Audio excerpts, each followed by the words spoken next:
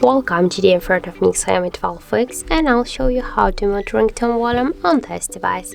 So first you should go into the settings application and then scroll to the sounds and vibrations section.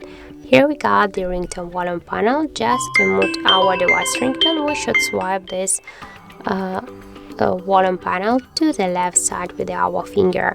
And also we can do it by the second way, just by using the volume buttons here on the right side of the device.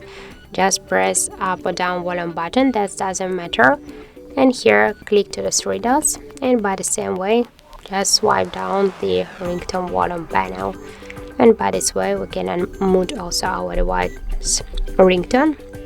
And just to do it by the third way, just by activate the silent mode on our device, just by click to this ring icon.